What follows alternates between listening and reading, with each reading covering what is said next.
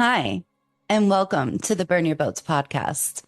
While Clark and David are both at the beach, I have the honor this week of doing the introduction to OMG, I effed up, Part B, the Recovery Edition.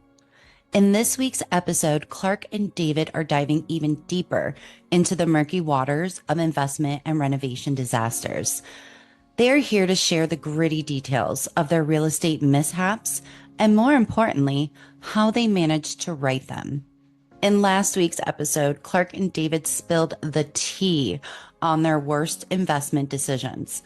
But now it's time for them to roll up their sleeves or dig in their pockets and get to work. From financial recovery to project salvaging, they share the insights that they have gained on how to come back from real estate investing mishaps and the mindset you need. Whether you're a seasoned investor or just dipping your toes in the real estate market, we have all made blunders. And if you haven't yet, you will. Clark and David's goal is to turn those blunders into blueprints for success. And David even shares his number one rule. So without further delay, your hosts of the Burn Your Boats podcast, Clark Lunt and David Shaw.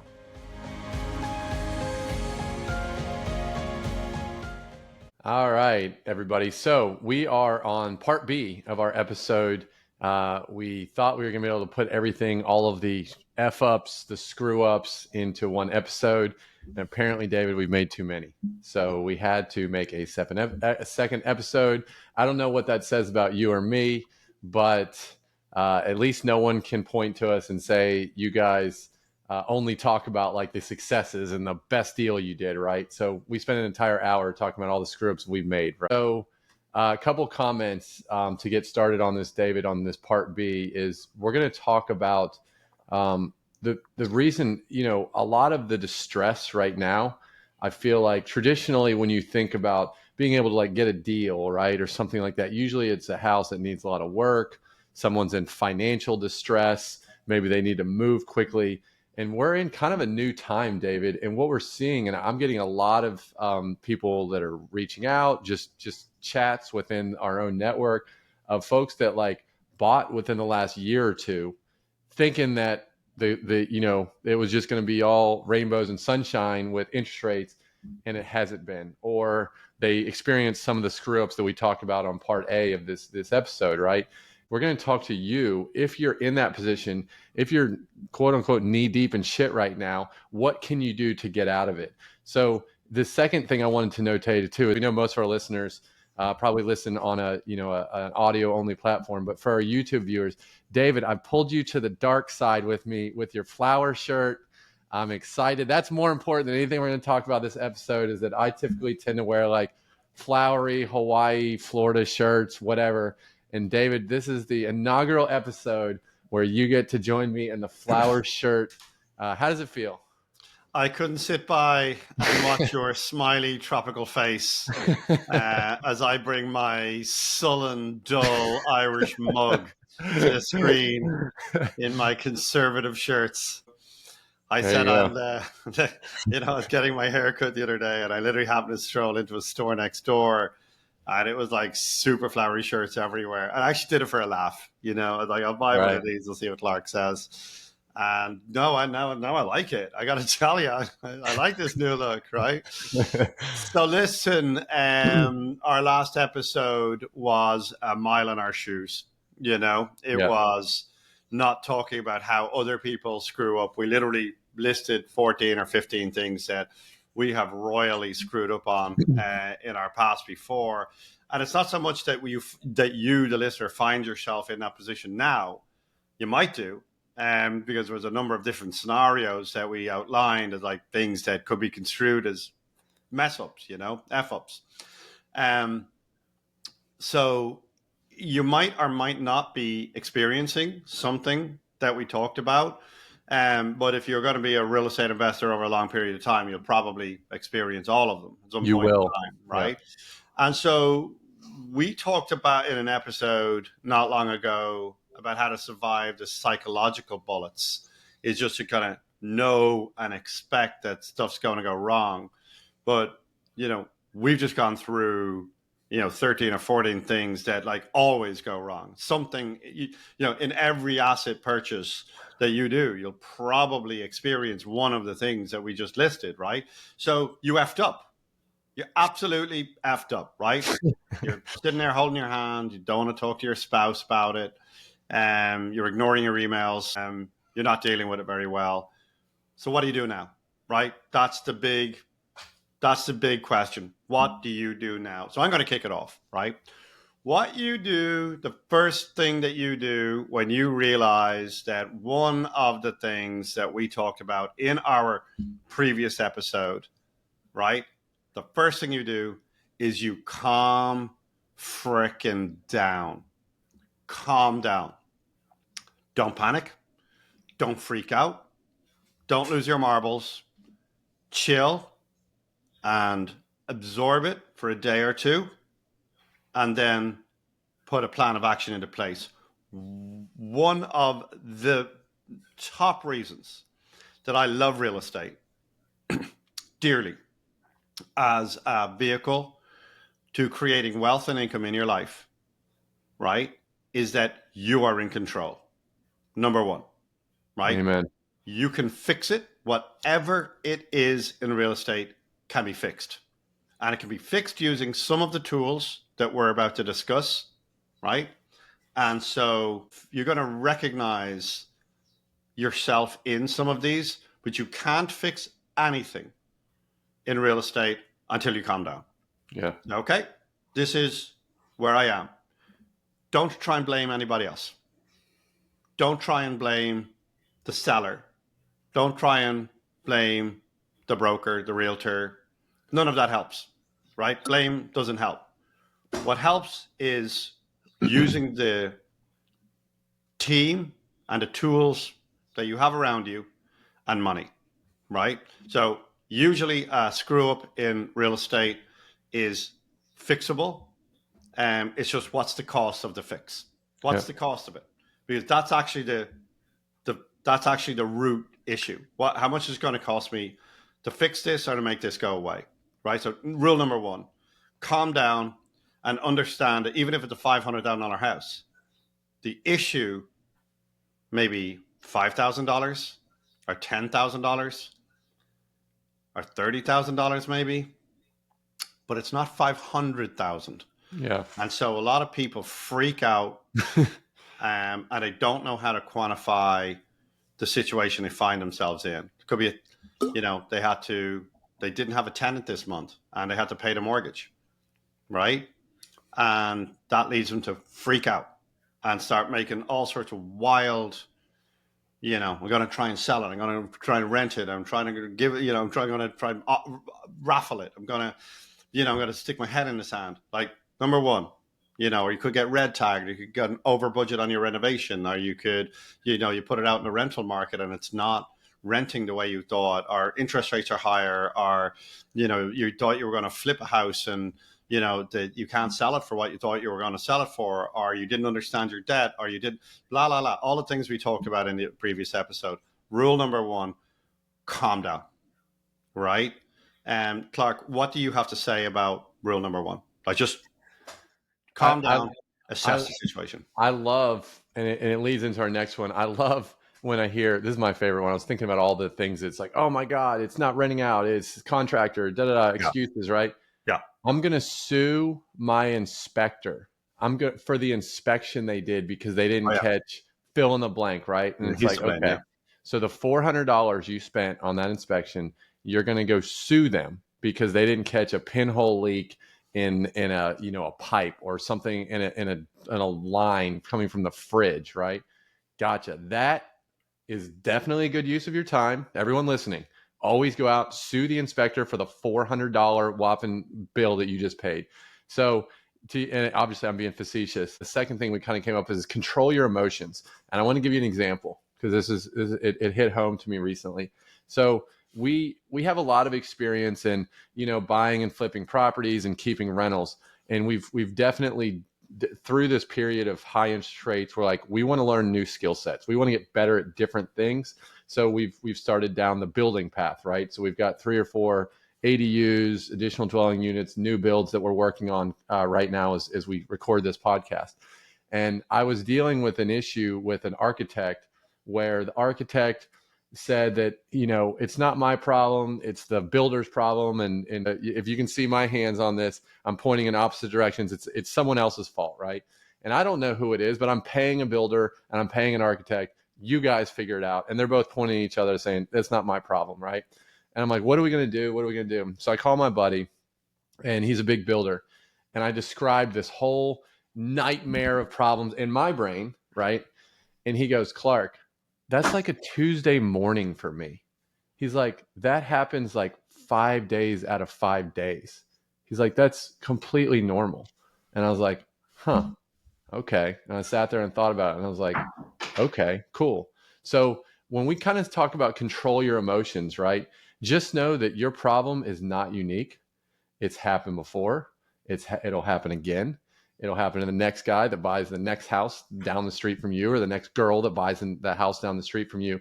So it is, to your point, David, slow down.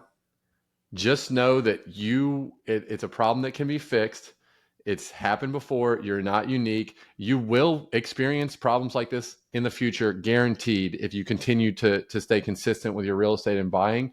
And just know that everyone else has been there, and it's not the end of the world. Again, this too shall pass. You will be okay. So I'd like to give an example, because I was in that same frenzy of just like annoyed and pissed off that everyone is pointing fingers the other way saying it's not my problem.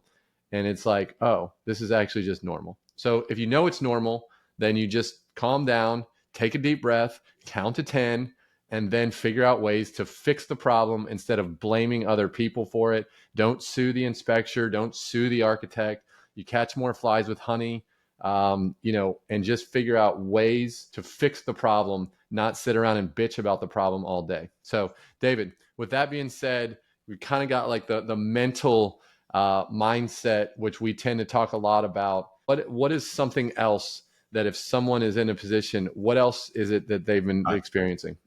Well, I think that's really important, those first 2 points about calm down, control your emotions, don't blame anybody else, right? I think when you go down that road, you're taking a paper cut and you're creating a major infection in your asset, right? Because at that point, whatever project you're working on is going to ground to a halt.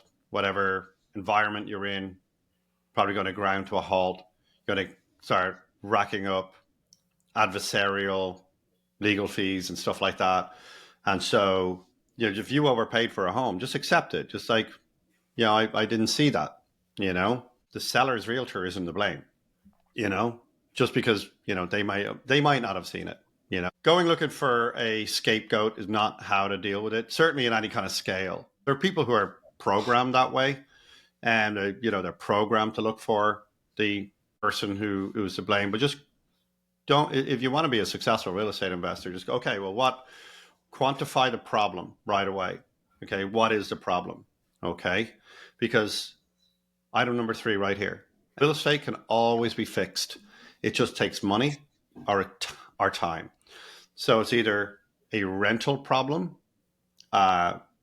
physical problem. It's either plumbing, electric, roof. It's either the tenant is screwed up or didn't pay you, or it is the contractors. You missed something, they missed something, and your scope of work went wrong. You overpaid for the property, right? All of these things, all of these buckets. The quantify what the issue is, and then understand that the solution is either money or time. And what I mean by that is, if it's a plumbing repair and you missed it and it flooded the house, that's money, right? At the end of the day, it could be $5,000 or $6,000, $10,000, and you're all up in arms about it. Just know that's what real estate investing is. It's a thing. It just happens. Nobody's to blame for it, right? If it is a flip and you got your numbers wrong and you have to sell it at a $10,000 loss, that's just what it is. What about the 10 previous deals that you just did where you made 60, 70, 80, $100,000 on every one of those deals, right? So you messed up on a deal, understand what it is, understand what the loss is, and understand that it's just money. It comes out in the mix, right? Or it's a time thing. So let's imagine you put a property into service, so a tenant moves in, and it is in, let's say, negative equity, or your rates rise, and so now you're having to bring a bit of money to the table every month, and you're freaking out, $200 or $400, whatever it might be, every single month. That's your only way to kind of trade out of that, instead of like freaking out and trying to rent it for more money, but the rental market doesn't want to pay you, so your place is going to sit vacant. Or you try to freak out, you try and sell it, and the market right now might force a discount on you at 30,000, like in order to get rid of it right now, so you don't have to pay next month's mortgage bill. You say, like, I'm going to go and I'm going to sell this house, and you find that you have to sell the house at a $30,000 discount, right? And so don't do that. Don't do any of those things. Understand what the monthly payment is, right? So it's bleeding $200 or $300 a month, right? Well, what is that? Like, let's just take $300. That's $3,600 a year, right? What is that over 10 years? Is $36,000, right?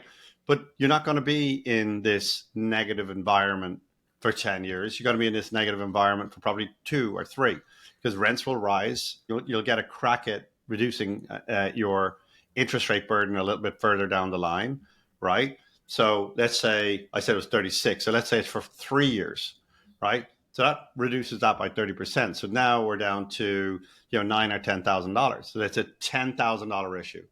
Now understand that you can bring that $10,000 to your tax returns at the end of the year, and you're going to get the depreciation. You're going to get mortgage interest relief, and now you've got this extra $10,000 of discounts on your mortgage, and so are discounts on your taxes. So have you really lost that 10,000, or have you actually made $6,000 or $7,000 a year because of the 4% depreciation that you're going to take on that $300,000 home, which is $12,000 off your taxable income? So the bottom line is, are you really losing? Is this really a thing I need to absolutely freak out about and never invest again, or divorce my spouse because she's pissed with me?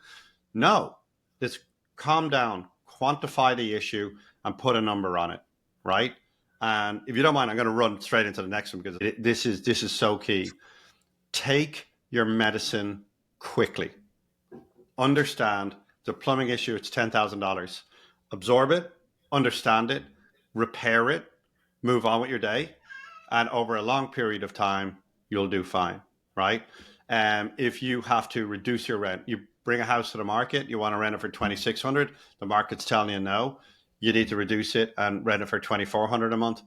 Take your medicine quickly, do so fast. If you're trying to sell a house and it's not selling for $370, let's say, you wait a month and you move it down to like $369. And then you wait a month, you wait to $368. Well, the market is not going to respond to $1,000.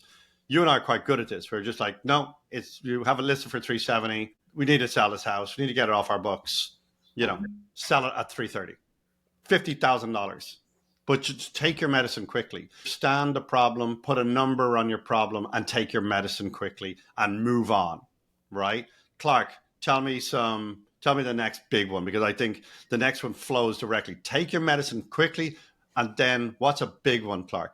Well, if you take your medicine quickly, it requires you to be able to not be greedy.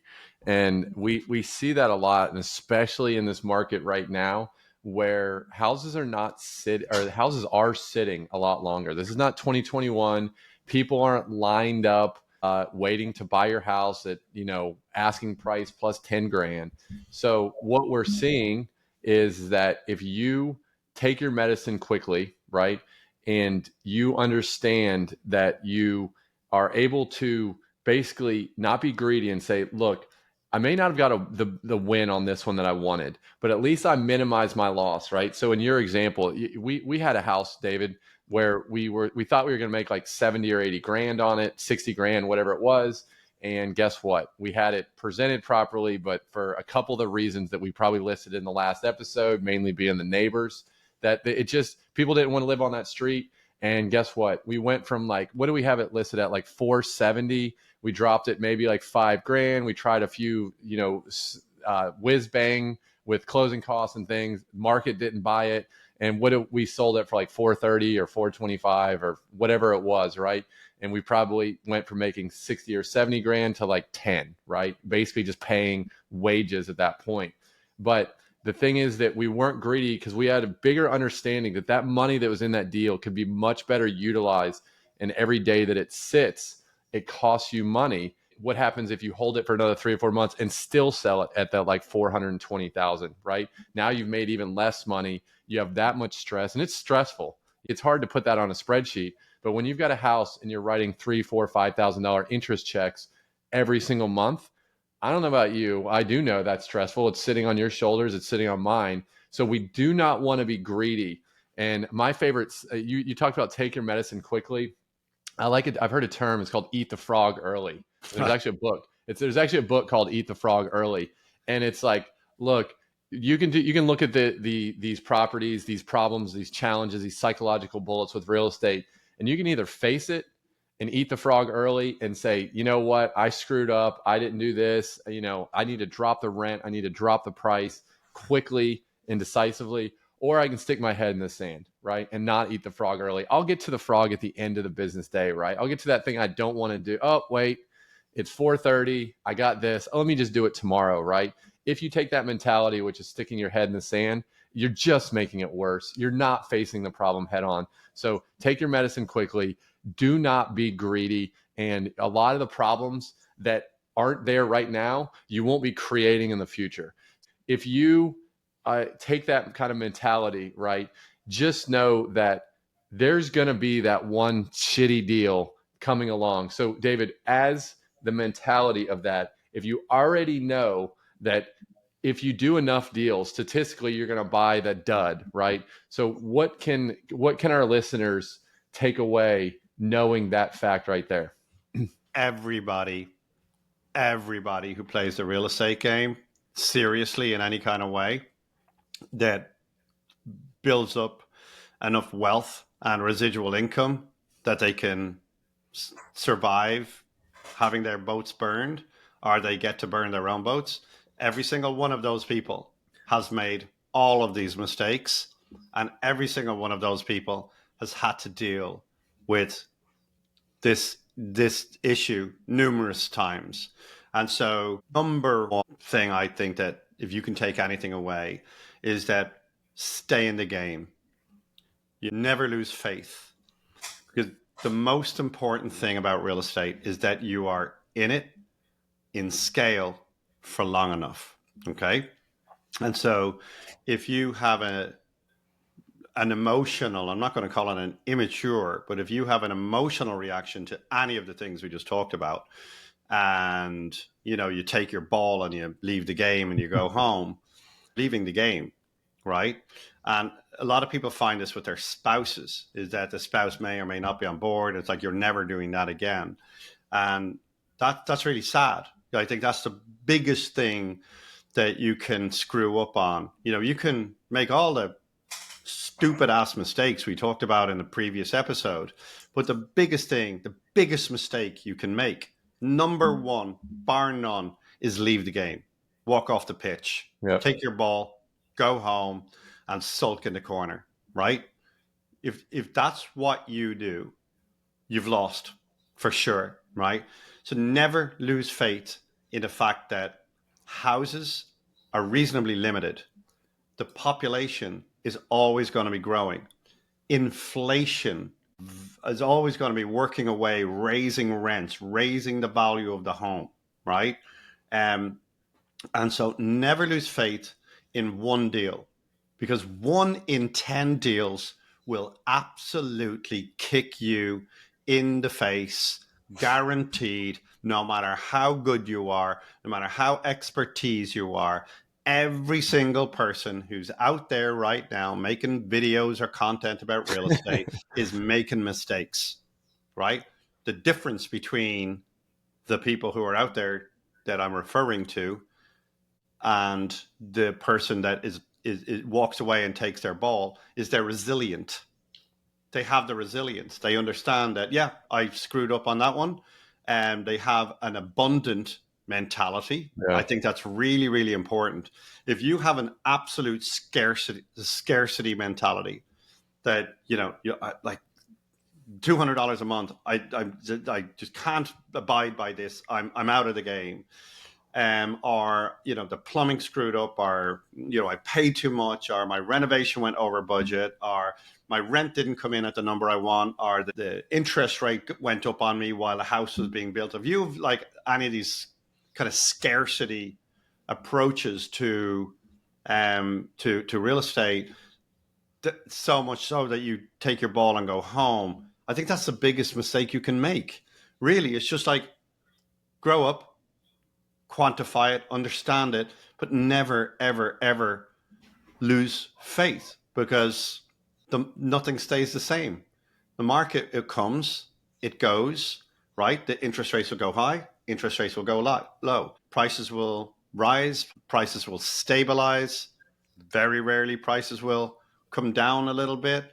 Rents will go up, rents will come back. Interest rates will go up, interest rates will go back. Tenants will come, tenants will go. Your brand new kitchen's going to get kicked around. Your brand new bathroom's not going to look so brand new after a few years. The house that you handed over to the tenant that's been quiet as a mouse for 10 years, you got to go in after 10 years. That thing's going to need a $35,000 renovation. This is all part of the what creates the wealth, right? But all of this crazy town is baked within it. So how do you deal with it? Number one, never, ever, ever lose faith, because the people who get to retire and get to hand over very, very significant wealth to their spouses, to their offspring, and multi-generationally, the people who get to do that are the people who have this resilience. Because I can tell you every single one of them have had these issues, right? Right. There is some more so we've been working on the mental side there. But Clark, we got an issue here, I think. So let's look at the practical. We've said, understand it, take your medicine quickly. Clark, what practical things should people think about? Now, there's a lot of scenarios. So there's the renovation screw up, there's the acquisition screw up, and then there's the landlording screw up. So there's different scenarios. So Clark, can you give me some of those? Like, what practical things? Give me a scenario where something F's up, and give me a scenario of what you would do in that situation, so it can be helpful. It's funny because we set out with this episode. The point is to like bring you like meat and potatoes, right? Like, okay, you bought a house, you paid too much. What do you do to fix the problem, right? And we always veer off into like the mindset, right? Even when we stayed with meat and potatoes. And I think the reason is, and I'll be the first to admit and raise my hand and say I'm guilty, is that, I've been to a lot of masterminds, a lot of seminars, hearing a lot of people speak that are a lot more successful than I am and have been doing it a lot longer than me. And they always talk about mindset. And I'm like, I think it's some like hippie stuff. I'm like, oh God, here we go. Yeah, mindset this, blah, blah, blah. Just tell me about how like the best lender to get, the best way to renovate a kitchen, the best this, the best that. But it's funny because we keep going back to the mindset because it is so damn important.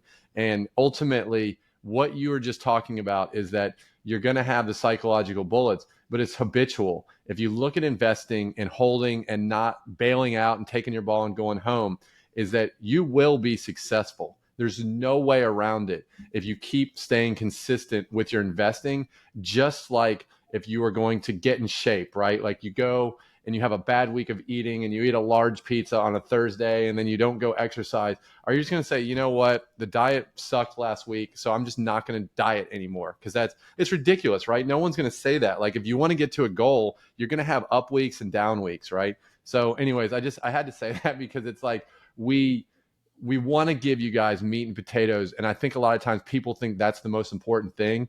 And that this mindset is just a bunch of like woohoo kind of thing. But it's so important to have that resilience. So with that being said, let's jump into the meat and potatoes a little bit. So what I'm seeing a lot right now is people are paying too much for a house. Then they are going to fix it up and then they put it on the market. voila, it's not selling, right? And like, well, I don't want to lose money. I don't want to break even. I want to keep it, right? So here's an idea that you can do. If you have a nice house, maybe it's in a well-presented area, it just doesn't, people are just not, it's just too expensive for them for whatever reason. And you have to keep it, right?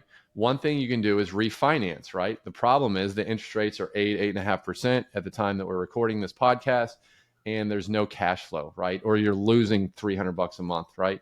Well, one thing that you can do is to try and think outside the box, David. So there's 1,000 Facebook groups out there. There's 1,000 different ways to go to real estate meetings and stand up and say, hey guys, I would like to bring a partner into this beautifully renovated property that I've got. It'll rent for X amount. And if you put in, I've got 50K of my own money into it, let's say. If you want to bring 50K of your money, we'll put it together. We'll lower the loan amount, right? So maybe then it'll break even the first year or 2 years, but then you can see the appreciation capability depending on where it's at. But being able to, hey, maybe you give up 50% ownership of that property, but now you went from like pulling $400 out of your pocket every month or losing money on a flip to being able to bring in a partner. They'll infuse some cash into it to lower the loan down. You'll get a lower payment, which means now you can break even and have a tenant. That keeps you in the game, to your point, David. So you're not just like losing 20 grand on a flip and going home with your ball and saying, I'm never going to buy real estate again. It's stupid. Now you get to learn, right? You get to learn how to find tenants. You get to learn how to vet property managers. You get to learn how to, you get to see you get to stay in the game. It's so important to stay in the game. So that is one way. If you're sitting there right now with a property that's not selling and you're like, I can't refinance this either because interest rates are too high and my mortgage payment will be $2,000 and the rent is only $1,700. It doesn't make sense. Go out, try and find some additional capital to infuse in the deal with you, and at least you can stop the damage. You can be kind of like the mouse in the mousetrap and the cheese, right? You can get out of the mousetrap. There might not be any cheese when you get out of it, but at least you're out of the mousetrap now. And you'll thank your future self. We did an episode about this, David. Your 10-year in the future self will be so freaking glad that you didn't sell that house at a $10,000 loss or a $3,000 gain and be like, oh my God, I'm so glad I didn't sell that. And me and you've had that discussion a million times where the worst deals we've done, we still own because we couldn't sell them and making any money. And guess what? Probably half of our net worth right now sits in a bunch of shitty deals that we did where all those things in the last episode we talked about went wrong. And thank God they did. Ironically speaking, thank God they didn't go well and we got a 50K rip on a flip because that 50K would be well gone right now. And instead, we've got an asset that's tripled in value. It's cash flow $6,000-$8,000 a month. And it was all because of those things. So just start thinking outside the box a little bit and maybe infuse some different capital. There's real estate Facebook groups all over the place. There's plenty of people that have a bunch of money sitting around that they want to park. If you have the property, it's renovated well, it's in a decent area, and it's got some good rentability to it. That's certainly an option, an actionable step you can do right now. David, what are some other things that you can that these folks can listen to? All right. So I've always said, if your property is presented well, it's located well, and it's priced right, it will rent.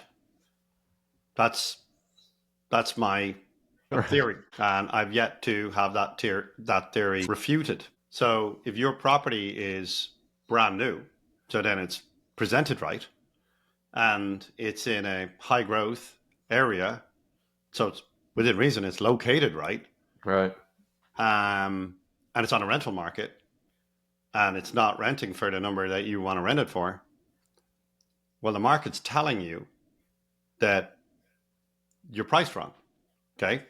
Getting back to take your medicine quickly. Take your medicine quickly and then understand, that's in a scenario where your property's sitting around on the market.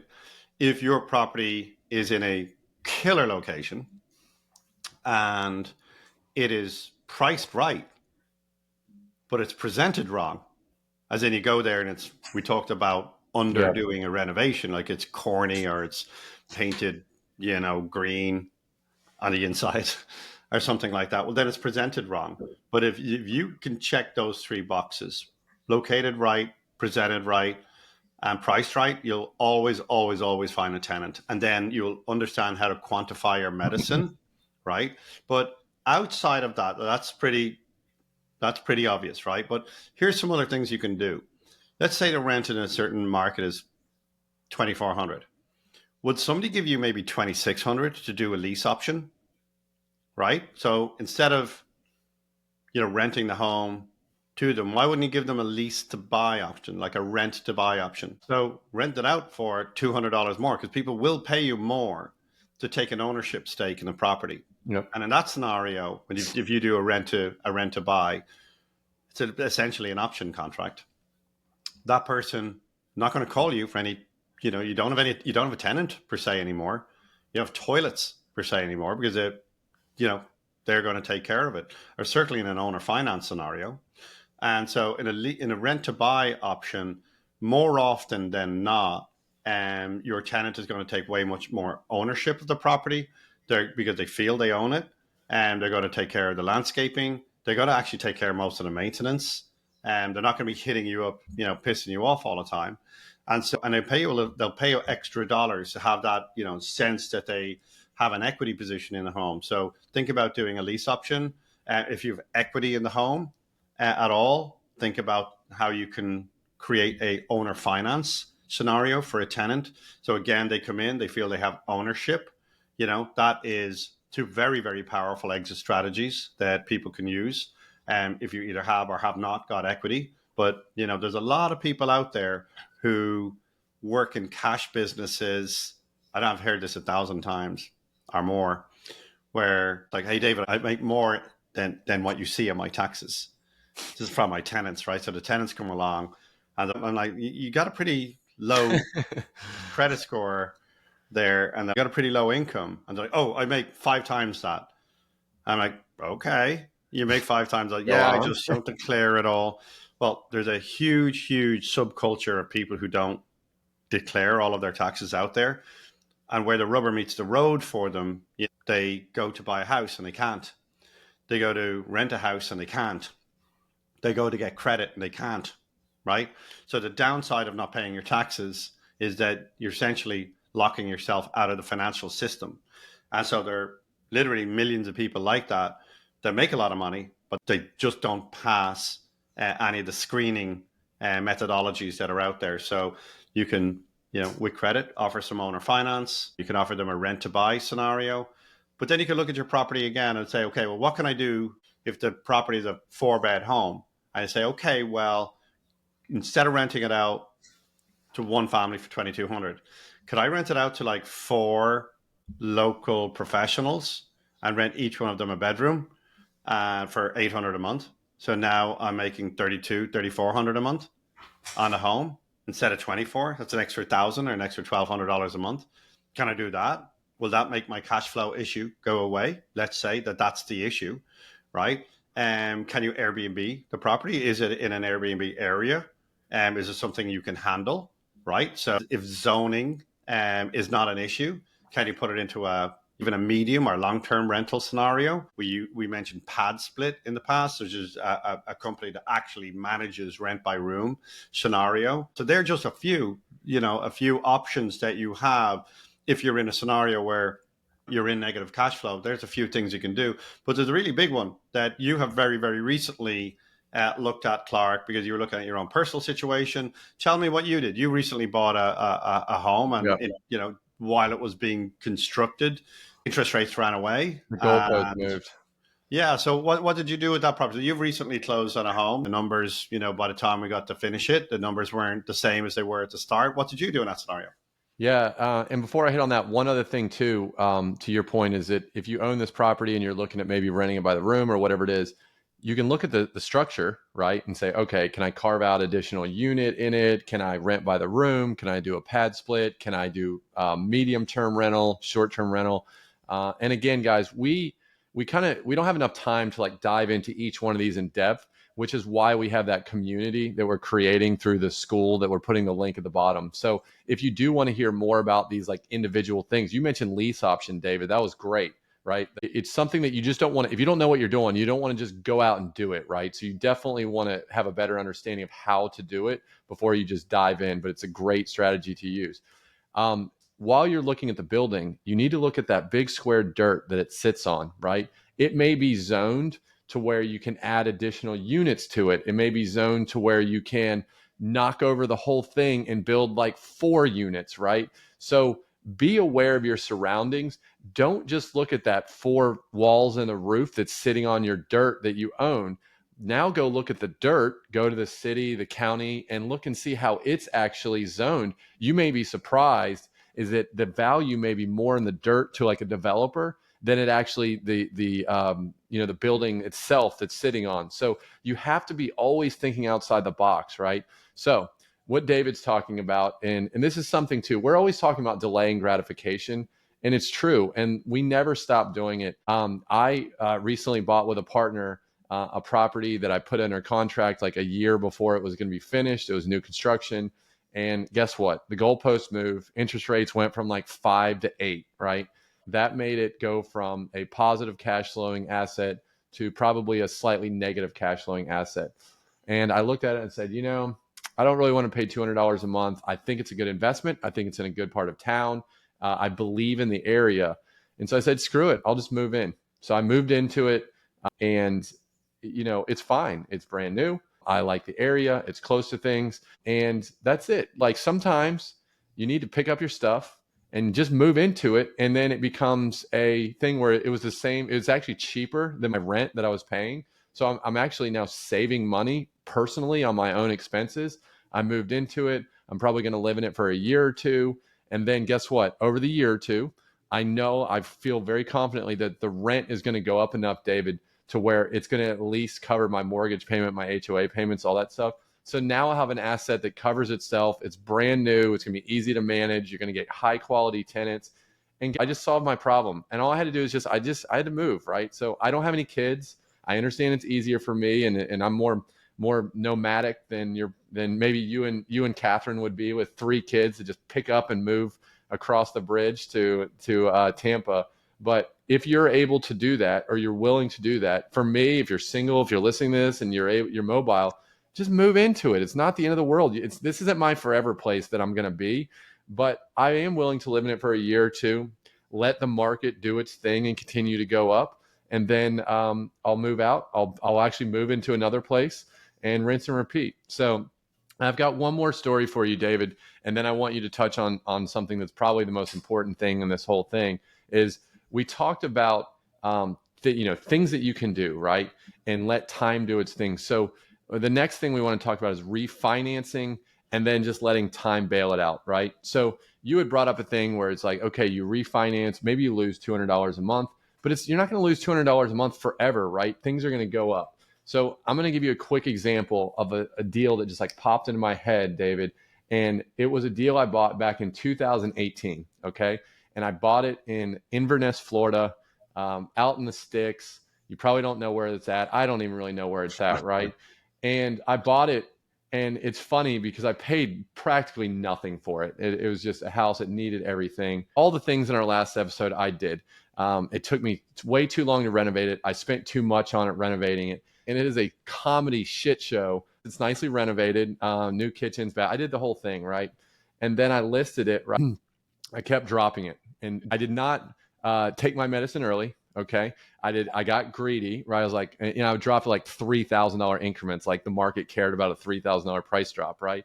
And I kept dropping it, and I ended up saying, you know what? I don't want to break even. It's not worth it to me. I'd rather just keep it because it may work as a rental, right? So I actually refinanced out. I had to keep like 20 grand or 25 grand of my own money into the deal to be able to refinance it. Okay. And then I've rented it out for like $800 on Zillow. I could see where I rented out for $800 at that point. And fast forward, right? We're talking about the thing is refinance and let time work on your side. Let time work in the background, right? Well, I think I took a loan out for like 80 grand or 70 grand. Well, fast forward to 2024, it now is worth probably about 220 and it rents for 1350. Okay. Now, is this a home run? No, it's not a home run, Do I have a 125K of equity in this thing where I was going to make zero? That to me is a win. Do I make $300, $400, $500 a month of cash flow? But time bailed me out. And I did, and I wasn't, it's something where, although I didn't take my medicine early, I did everything you could do wrong, except I just didn't sell it. And guess what happened? The market bailed me out. And that's it. Like you don't have to be, you could make every single screw up you can. I literally want to make a case study on this property about how you can do every single thing wrong, except not sell it. And over time, the market will bail you out. So I would say that in itself is, sometimes you got to absorb some losses. Sometimes you got to leave 20 grand in when I thought I was going to make 30. And instead it cost me 20 and my time, my blood, sweat, and tears. But guess what? That 20 grand that I kept in the deal is, and my stress for 6 months now is turned into a $150,000 profit. And I don't even need the profit because I'm making $300 or $400 or $500 a month of just brainless passive income that a property manager takes care of and sends me a check every day. So these are stories that are very, very important. And it's where we can come from a very authentic place, is that even if you screw up, real estate will bail you out if you stick with the right plan. So David, with that point, talk to us a little bit about something that all people in real estate really need to understand, this concept of it's called an IRR. So talk to us a little bit about that. I will. I'll talk to you about IRR, but I just want to hit on the point that you just made. I was a turnkey provider, and so I would have my investors would fly in from out of state, and we'd drive around, and we'd look at some houses. And so many of my investors asked me over the years, I bet you get to keep all the good ones. Right? And I know why you're laughing. I'm like, no, quite the opposite. I get to keep the ones I screwed up on. Right? To your point exactly. And not that they were bad houses, but I got my numbers wrong. I paid too much for them. Yep. I missed things in the renovation that went over budget. I might have thought that I had a good roof. I ended up, when I got my home inspection, I had a bad roof. I was like, I'm not going to really make money if I flip it, so I'll just refinance it and let time do its thing. And quite frankly, I wish in hindsight, and please listeners, understand this, I wish I screwed up on more. Right. I really do. I genuinely wish that instead of taking the short-term win, that I had screwed up on more and I had to eat more medicine, which would have made me hold more homes for longer. Because that is all that's left. After, you're almost like when you're buying and you're renovating or flipping homes, you're almost like you're spinning your wheels and you're kicking up a lot of dust. And let's say all that dust represents your temporary amazing performance, and you're going to the conferences and you're thinking you're cool, and you're Mr. Man doing 100 deals a year and money's flowing in, right? Well, like a lot of industries and a lot of businesses, people who work in high velocity finance often report burnout. Yeah, it's a young man's game. Flipping is by and large is a young man's game, right? And there's a lot of activities out there that is if you're listening to this, you'll have your own context in your own industry. You say, well, that aspect of the industry is a young man's game. And eventually everything becomes a young man's game. It's just when. And so when all the dust settles of the analogy I just used about spinning your wheels, kicking up all the dust, and that dust represents your profits at the time. When all that settles, what you're left with in real estate is what you kept. And that's all that matters, because the money comes, when it goes. You grew your business, you paid your employees, you bought the trucks, you did all of the things that you did, but all that's left in real estate is what you keep, right?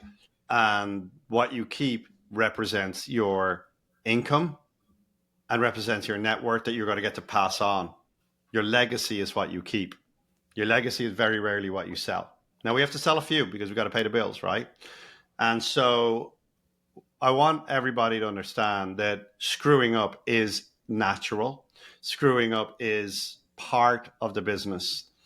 But maintaining your mindset and understand what Clark just said about keeping the deal right? Rather than just giving it away to somebody. There's a time and a place for that to happen. So do a scenario. You buy a house, you takes a year and a half for a builder to build it. Interest rates go up, rents go down, and now you find yourself in this situation where your rent is not covering your mortgage costs by $200 a month or $300 a month. Let's choose whichever, right? And so you're freaking out, right?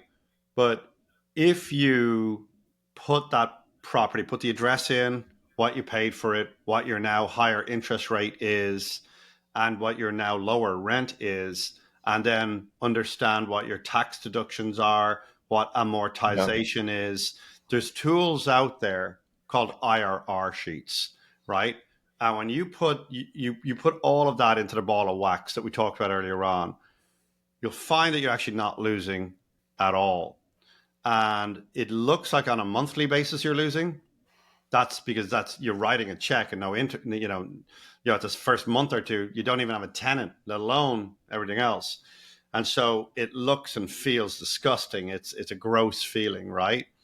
But then put it into an IRR sheet and watch what happens after a year. Let's say you put $80,000 on this home and it's a $350,000 home, right? So just say $80,000 deposit.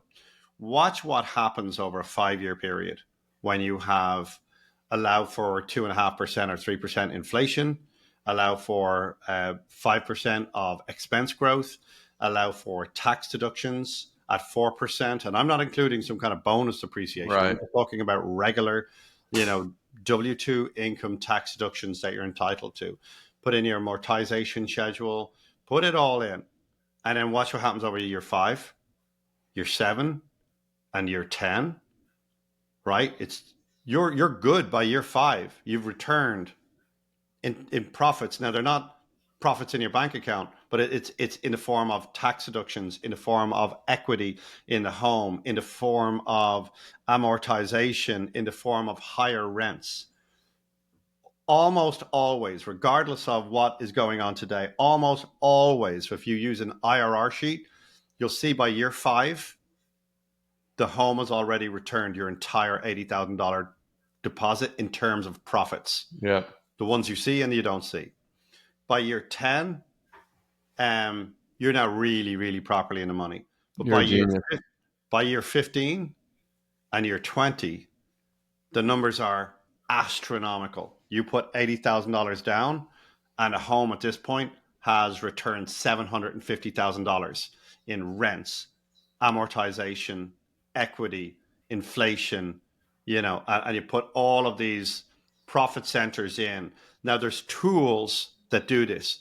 From year 20 to year 30 is bonkers. It truly is bonkers, because now you don't really have any mortgage. Rents, are $1,500 today, let's say. Well, they're $3,500 a month in 20 years' time. And then you start looking from year 20 to year 30, and it's just your $80,000 deposit now has returned over $1 million to you, right? And so when you liberate yourself and you educate yourself and you look at an IRR sheet properly, and I implore you, if you want an IRR sheet and you're listening to this at this stage, go to contact@burnyourboatswealth.com and we will send you one. And you put in your address. It's very simple to populate. Put in your address and then watch year 5, watch year 10, watch year 15, watch year 20, 25, and 30. And then mirror your current emotional state because of what's going on, and then try and visualize your future self that can see that you put down this $80,000, and thank God that you did, and you withstood this $200 red ink every month while we're going through this bonkers turbulence at the moment. But then you look forward 20 years, it's the returns are nuts, and that's your retirement. That's taking care of your spouse. That's taking care of your kids. And so understand an IRR return. Request one from us if you don't have one at your disposal, or go online and find one.